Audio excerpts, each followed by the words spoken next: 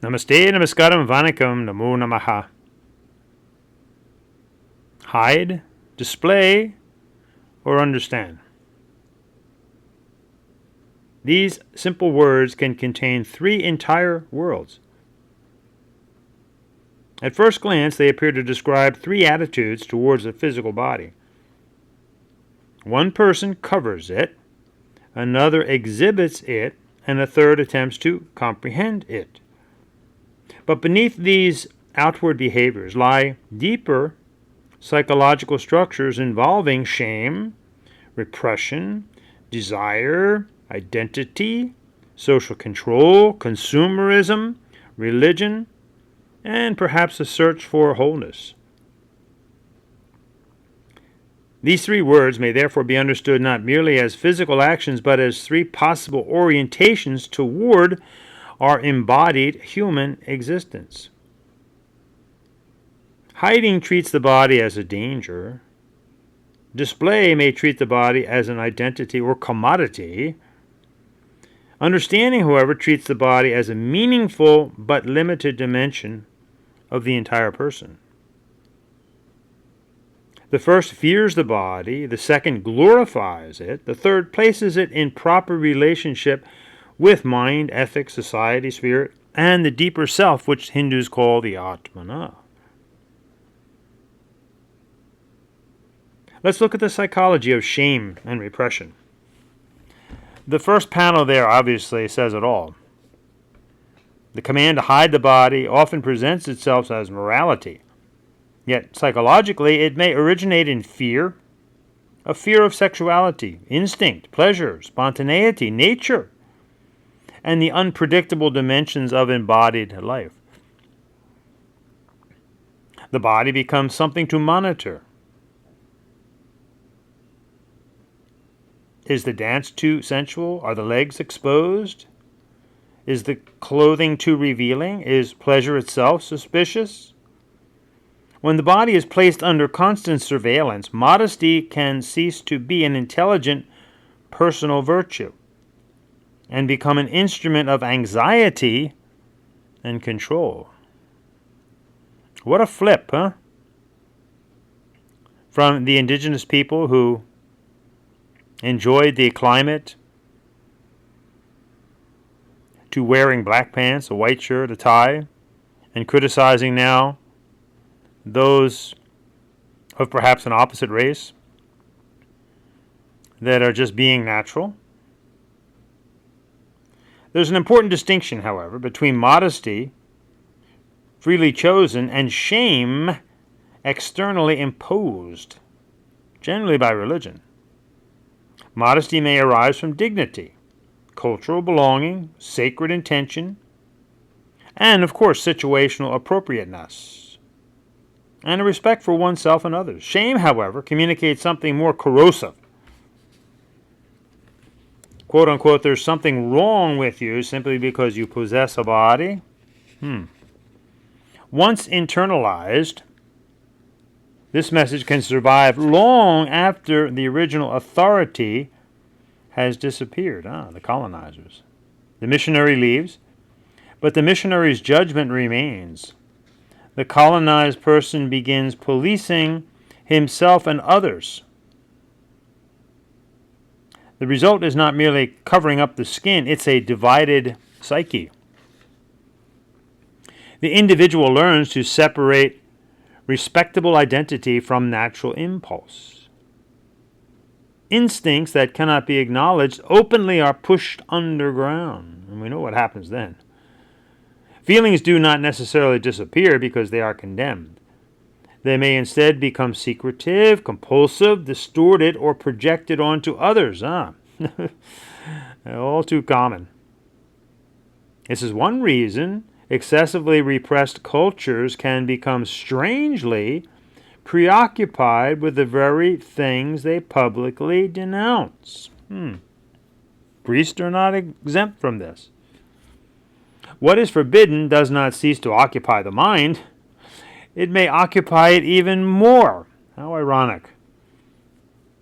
In other words, the person who constantly condemns bodily temptation may remain psychologically bound to it. Jimmy Swaggart. among others. Thus, height is not always freedom from bodily obsession. It may be bodily obsession expressed negatively. When this psychology is carried into missionary and colonial activity, bodily shame spreads into civilizational judgment. Indigenous dress becomes immodesty. Sacred dance becomes licentiousness. Ancestral ritual becomes superstition. Nature becomes wilderness and wildness. Local names become pagan. Traditional bodies become uncivilized bodies. So the missionary does not merely introduce a new theology. He or she often introduces a new emotional relationship to one's body and the natural world, which was previously in harmony. The indigenous person may once have understood the body through climate, community, ritual, adulthood, fertility, beauty, labor, and sacred custom. The colonizing mind replaces those meanings with a foreign moral vocabulary, often morally questionable. The body must now be covered, controlled, renamed, disciplined, and spiritually corrected. This is not simply religious conversion, it's psychological reconstruction. Thus, a person becomes persuaded to look at oneself through the eyes of the outsider. That's the deepest wound of colonization. Not merely the loss of land, clothing, language, ritual, but the loss of confidence in one's own inherited way of seeing. Let's look at Sigmund Freud. His theories are controversial and should not be accepted uncritically, yet his concept of repression remains useful here. Freud recognized that unacceptable desires and impulses do not necessarily vanish when pushed out of conscious awareness. They may return indirectly through anxiety, through dreams, symptoms, compulsions, and slip-ups, fantasies. From this perspective, a culture organized around bodily shame may create outward conformity while generating inward conflict. The body is told no, no, no. Desire is told no. Pleasure is told no. But the unconscious mind does not simply disappear.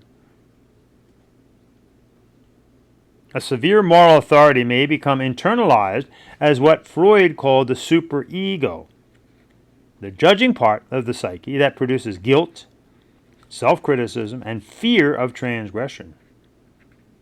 In healthy development, conscience helps regulate behavior and makes social life possible and meaningful. But an excessively punitive inner authority can make a person feel guilty, not merely for harmful actions, but for ordinary instincts, emotions, and bodily existence. The individual is then split between impulse and condemnation. This produces neither integration nor genuine discipline. It produces warfare from within oneself.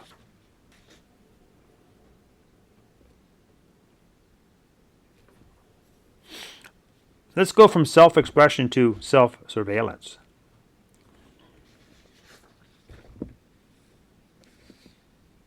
And the psychology of performance and compulsion. Now, modern consumer culture often appears to reject the old world of bodily shame.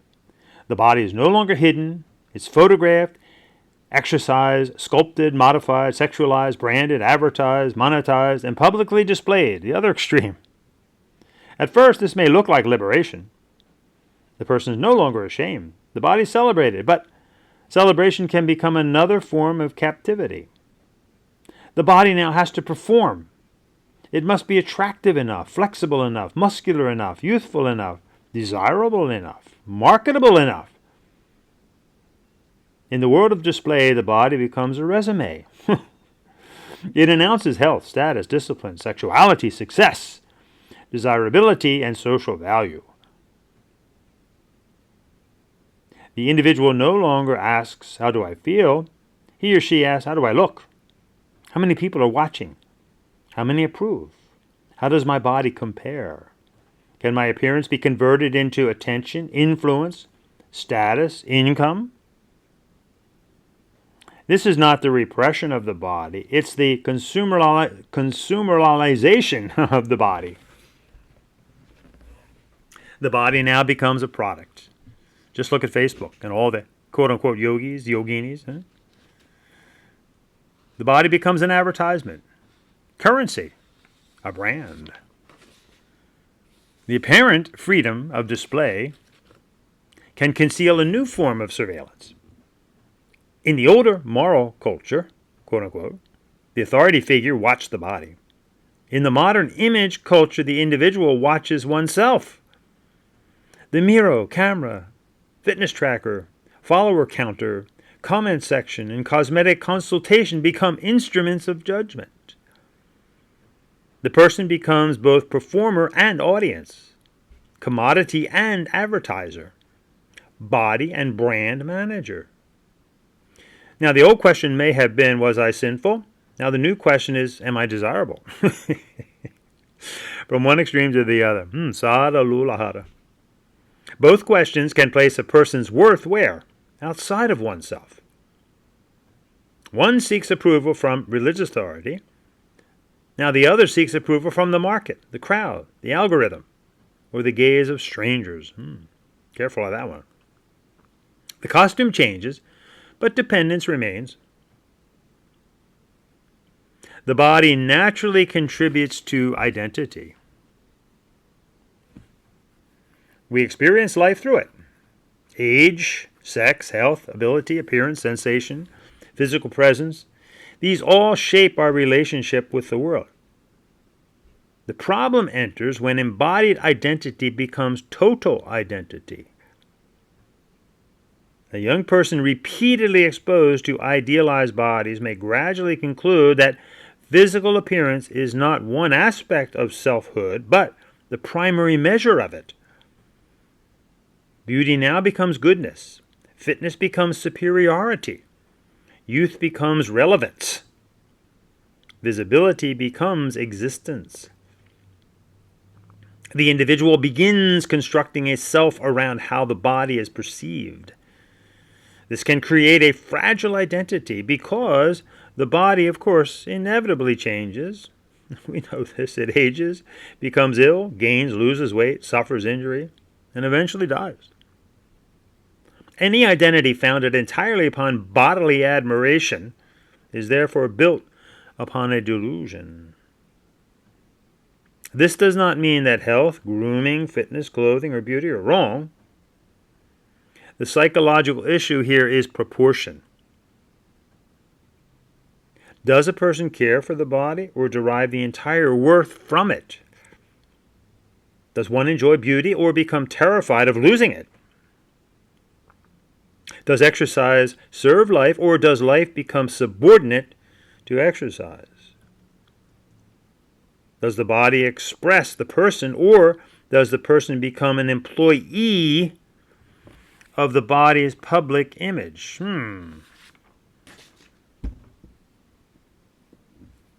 Modern markets do not merely sell products. They often create dissatisfaction that sell products, saying you are not attractive enough, you are not thin enough, you are not muscular enough, you are not youthful enough, you are not calm enough, you are not spiritually radiant enough. Fortunately, the market then offers the remedy.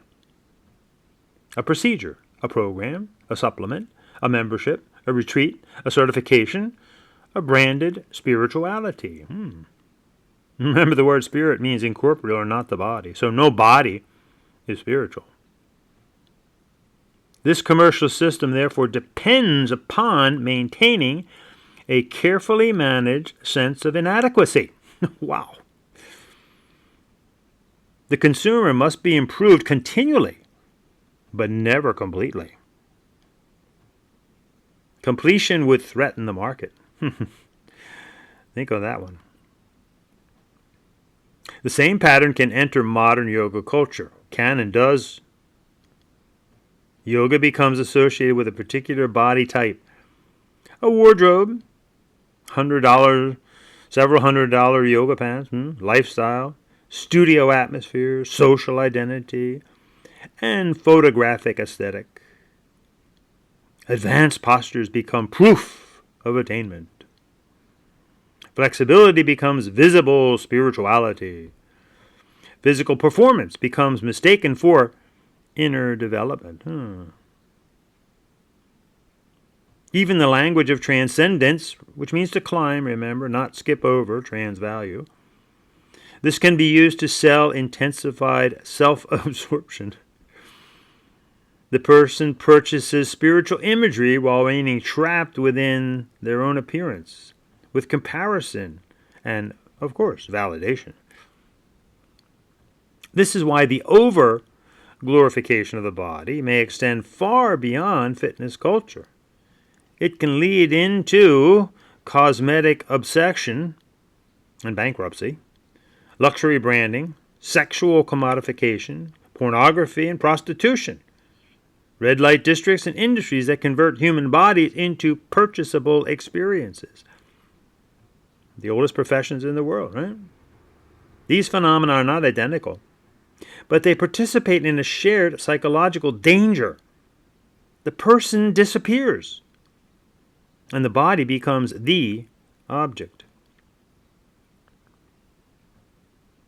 The body is detached from biography, dignity, consciousness, relationship, and sacred meaning. It becomes now something to inspect, desire, modify, trade, rent, purchase, or discard. Thus, the body glorified may eventually become the body dehumanized. Now, let's look at the word narcissism. It's often used carelessly, but it has relevance here when understood as excessive investment in image, admiration, and self-importance. Modern display culture encourages this. The individual learns to create a public persona, confident, attractive, successful, awakened, adventurous, disciplined, and, of course, desirable. This presentation may contain some truth, but it may also conceal fear, hide loneliness, insecurity, confusion, and emptiness. Carl Jung's concept of the persona is helpful here. The persona is the social mask through which we meet the world. In a way, it's necessary. No human being reveals every aspect of oneself in every situation. The danger, however, arises when the person becomes fully identified with the mask. Remember Jim Carrey in The Mask? Good one to watch. So the yoga influencer becomes unable to exist without being seen as serene. The fitness personality cannot admit any weakness. The beautiful person cannot tolerate aging. The public teacher cannot separate inner worth from admiration. At this point, it's helpful to remember the Native American Indian maxim, don't trust any teacher until their hair turns white. That wouldn't play today, would it? The image then becomes a prison. This is one reason display may be as psychologically restrictive as hiding was. Hiding said, remember, you must conceal what you are. Display says, however, you must continually exhibit what others want you to be. How can you live up to that? That's why so many young girls are seeking therapy these days. Neither necessarily allowing a person simply to exist. Now again, back to Jung, his psychology offers a powerful bridge toward a third understanding. For Jung, aspects of the psyche that the conscious personality refuses to acknowledge may enter into the shadow. Now, the shadow is not simply evil. It includes rejected, suppressed instincts, fears, weaknesses, desires, and even hiding creativity, perhaps full of anger, sensuality, and unrealized possibilities. A culture of body shame may push natural embodiment into the shadow. A culture of bodily glorification, however, may push vulnerability. The Puritan refuses to acknowledge desire. The body worshipper refuses to acknowledge impermanence. The missionary shadow may contain the very instincts condemned in others. The influencer's shadow may contain the insecurity hidden behind the image. Now, psychological maturity requires neither indulgence nor denial, but recognition, understanding. The body must be acknowledged as part of the whole. Its appetites must be understood. Its limits must be accepted. And its energies can be redirected. Its mortality has to be faced. And its beauty may be appreciated without being absolutized. Its instincts may be disciplined without becoming demonized. That's integration. Understanding, of course. This is humility, never to be confused with weakness. It's not a weak compromise. It's a higher order of relationship. Now, let's look at our body and ask, what is it? What is it for? How should it be cared for?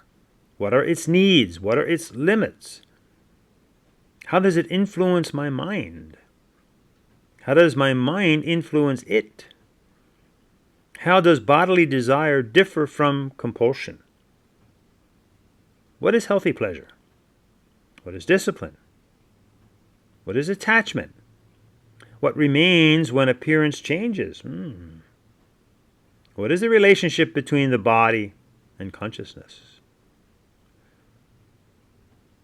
Understanding does not begin with condemnation, it begins with observation.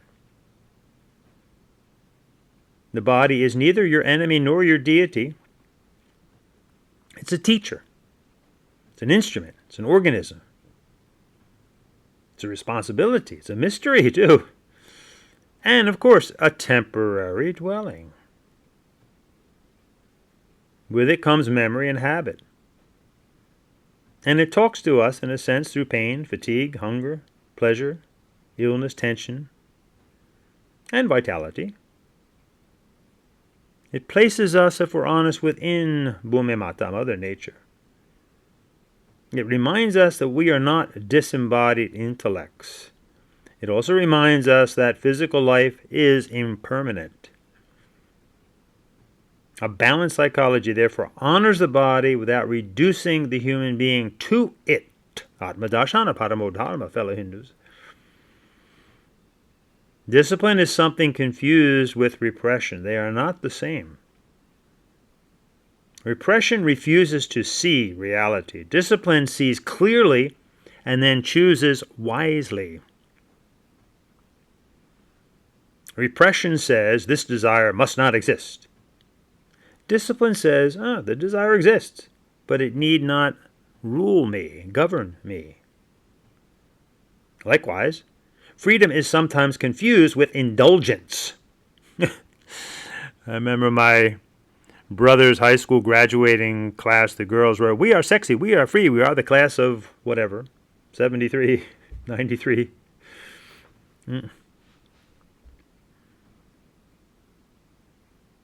Freedom does not mean obeying every impulse.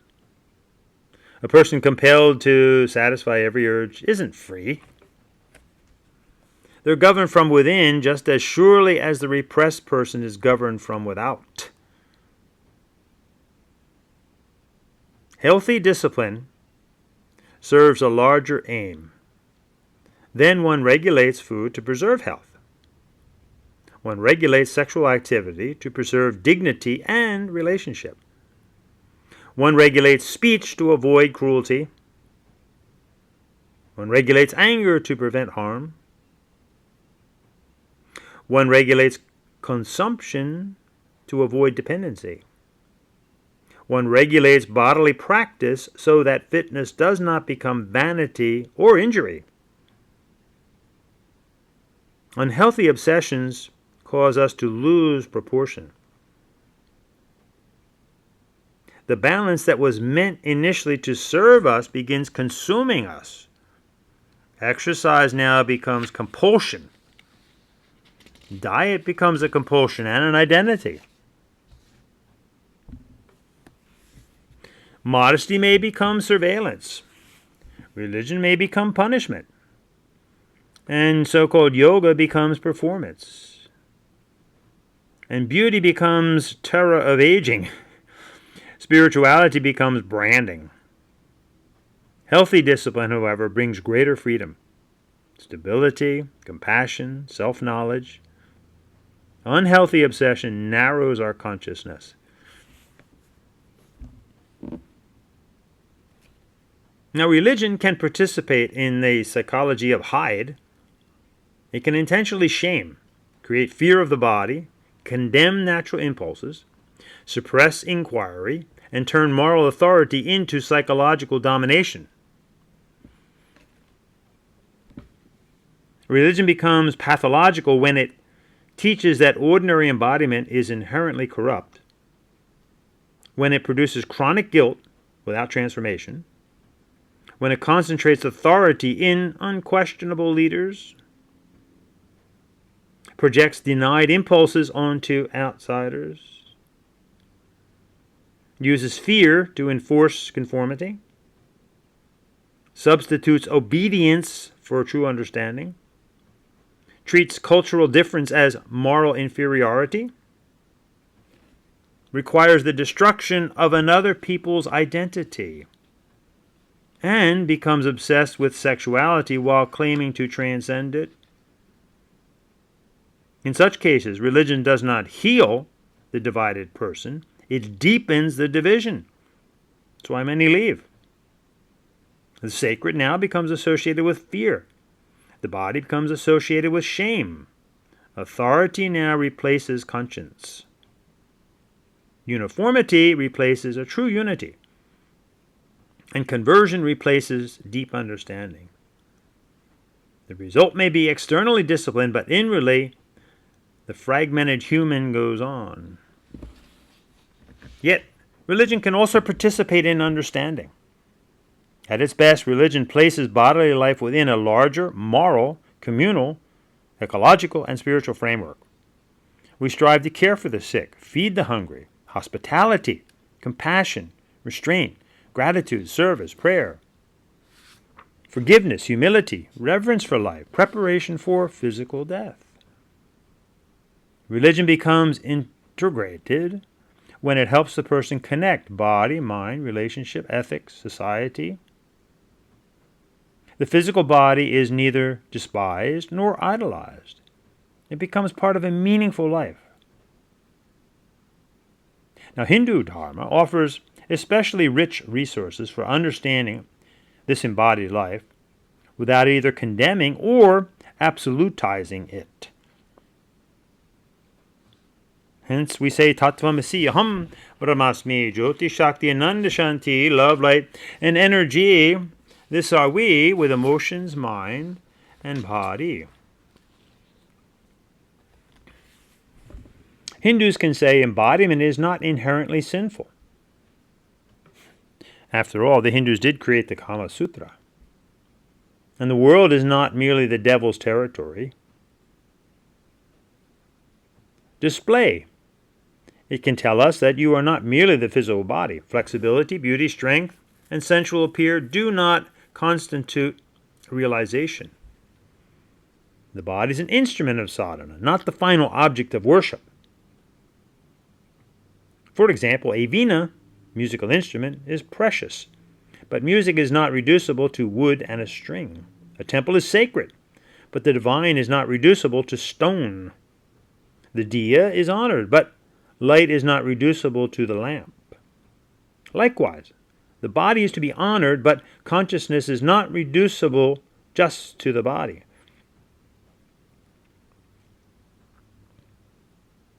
The most important psychological insight may be that hide and display are not complete opposites. They are mirror images.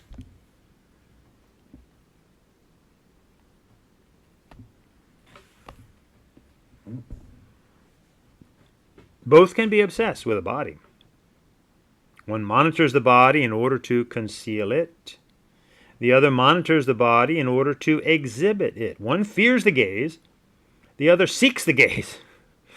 One associates exposure with sin. The other associates exposure with value. One creates guilt. The other creates comparison. One says your body's dangerous. The other says your body is your price tag. Oh, we humans. One extreme to the other. Both place enormous psychological weight upon physical appearance. Both may prevent the person from ever developing a complete identity. Both may be exploited, of course, by institutions. So hide and display and understand are not merely three actions. These represent three psychologies.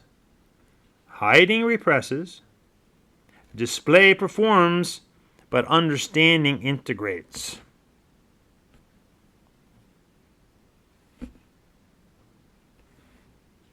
Hide turns the body into a source of guilt. Display turns the body into a source of social value. Understanding places the body within a larger human sacred identity. This is our NAT principle. Seeking to restore balance. Realize that your way in life is a way. It's not the way, which is the pure fundamentalist. And it's not no way, which is the New Age universalist. This is where modern yoga falls into. One has to be honest and recognize that what they're following is a way. And sorry, folks, quote unquote, yoga's already taken. It's the way of Hinduism. It's a way. Be proud to be a Hindu. Especially all you Hindus out there, say to yourself, I've got a dot on my head and it's really, really red. It's a bindu because I am a Hindu and I am proud to be a Hindu. And I do yoga because it is Hindu. Karma Bhakti Hatha is too. Rajagyan, it's all yoga. It's all Hindu. It's not bogus. So we're all in this together, my friends, as we're going from untruth to truth. Just as relevant today as was stated in Sanskrit thousands of years ago in Brihad Aranyaku Upanishad. Humbly admitting our ignorance, moving toward an ever more enlightened state of being, and tapping into that immortal nectar within. Then everything goes in proper proportion. We are the Atmana, we are that inner essence, with a body, mind, and emotions to be respected, but not to be lost in, not to be deluded by. Asato ma sadgamaya, tamaso ma jyotirgamaya, mrityorma amritam gamaya. Om, seeking peace through strength and justice. Love, light, and energy. Om, this are we with emotions, mind, and body. Om, Shanti, Shanti, Shanti.